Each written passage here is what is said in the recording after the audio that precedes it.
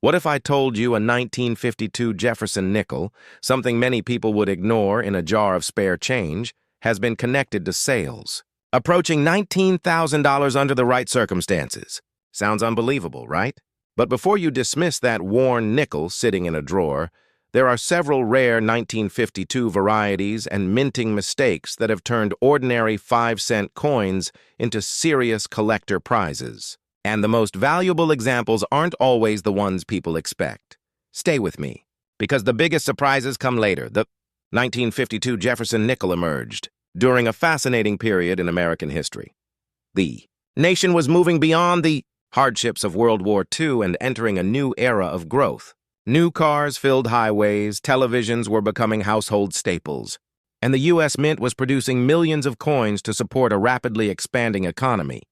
Yet behind the scenes, the minting process was far from perfect. Every day, coin presses operated under intense pressure. Dies wore out. Metal planchets shifted. Equipment occasionally malfunctioned. Most mistakes were caught and destroyed. A few escaped, and those survivors are what collectors hunt today. The 1952 Jefferson Nickel may look ordinary at first glance, but hidden among the millions produced are examples that can command hundreds, thousands, or even tens of thousands of dollars depending on rarity, error type, and condition. But before we explore those valuable mistakes, let's quickly understand how these coins were made. The process started with blank metal discs known as planchets. These blanks were fed into high-speed presses where engraved dies struck, both sides simultaneously, creating the familiar portrait of Thomas Jefferson on the front and Monticello on the reverse. The striking process happened incredibly fast. When everything worked perfectly, the result was a normal nickel, but when a die cracked, shifted, became damaged, or struck improperly prepared planchets, unusual errors were created. Many were unnoticed at the time. Today, those mistakes are among the most valuable 1952 nickels in existence. Let's examine them one by one. One of the most popular error types among Jefferson nickel collectors is the die crack. A die crack develops when the steel die begins to fracture after repeated use. Each time the damaged die strikes a coin, a raised line appears on the surface. Some cracks are tiny and barely noticeable. Others stretch dramatically across Jefferson's portrait or through Monticello.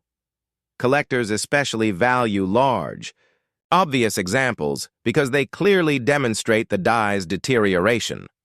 For ordinary circulated examples, values often range from $20 to $100 more. Dramatic die cracks can reach $150 to $500, and exceptional examples found on high-grade coins have sold for even more when collector demand is strong. Not bad for a coin originally worth just 5 cents, but that's only the beginning. Now let's move to a much more dramatic error. An off-center strike occurs when the planchet isn't properly positioned during striking. Instead of receiving a perfectly centered design, part of the image is missing. The more dramatic the shift, the more attention the coin receives. A minor 5% off-center strike might bring $50 to $150, a 10% to 20% off-center example can reach $200 to $800. If the date remains visible while a large portion of the design is missing, collectors often compete aggressively. Exceptional examples have sold for $1,000 or more, especially when combined with strong preservation. These coins stand out immediately, making them favorites among error collectors. But the next error can be even more valuable. This is where things become particularly interesting. A double die occurs during die creation, not during the coin strike itself. The result is visible doubling on letters, numbers, or design elements. Many people mistake machine doubling for a true double die, but experienced collectors know the difference. Authentic double dies are much scarcer. A subtle double die 1952 nickel might sell for $100 to $400. Stronger examples with obvious lettering.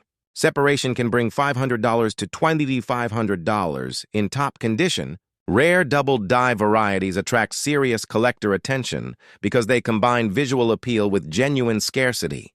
And as you'll soon discover, condition can multiply these values dramatically. Sometimes foreign material enters the striking chamber. Grease. Cloth fibers, metal fragments, or debris can become trapped between the die and plancher. When this happens, part of the design may appear missing or distorted. These are known as struck-through errors. Small struck-through grease errors often sell for $25 to $100 more. Dramatic examples involving visible foreign objects may reach $150 to $600 unique, or visually spectacular struck-through errors can bring even higher premiums because no two examples are exactly alike.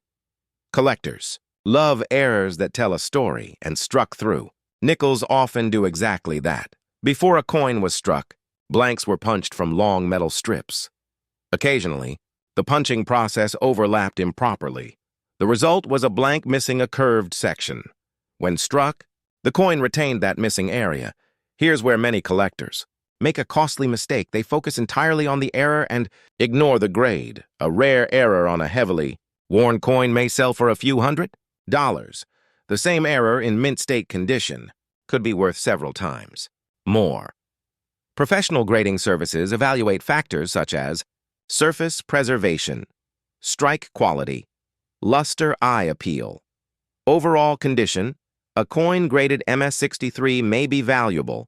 An MS65 example can be dramatically more desirable, and coins reaching MS66, MS67, or higher enter a completely different market.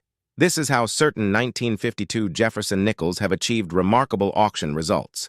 The combination of rarity, error type, and exceptional preservation creates the perfect storm for collectors.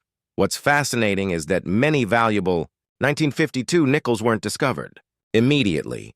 Some spent decades in collections, others remained hidden in old jars, family coin albums, and forgotten boxes. Every year, collectors continue searching rolls, estate collections, and inherited coin holdings hoping to uncover a rare survivor.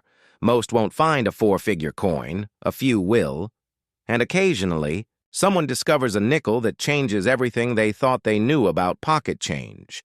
So the next time a 1952 Jefferson nickel crosses your path, don't judge it by face value alone. Look closely for die cracks, off-center strikes, doubled dies, struck-through errors, clipped planchers, and signs of exceptional preservation.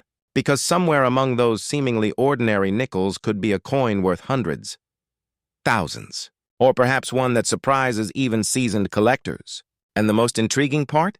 The next undiscovered 1952 nickel treasure may already be sitting in someone's collection, waiting for the right person to notice. These are known as clipped plancher errors, smaller. Clips often sell for $75 to $250 larger. Obvious clips can reach $300 to $1,000 well-preserved. Examples with strong eye appeal remain highly desirable because the error is immediately visible. Yet one final factor matters more than any error we've discussed: condition.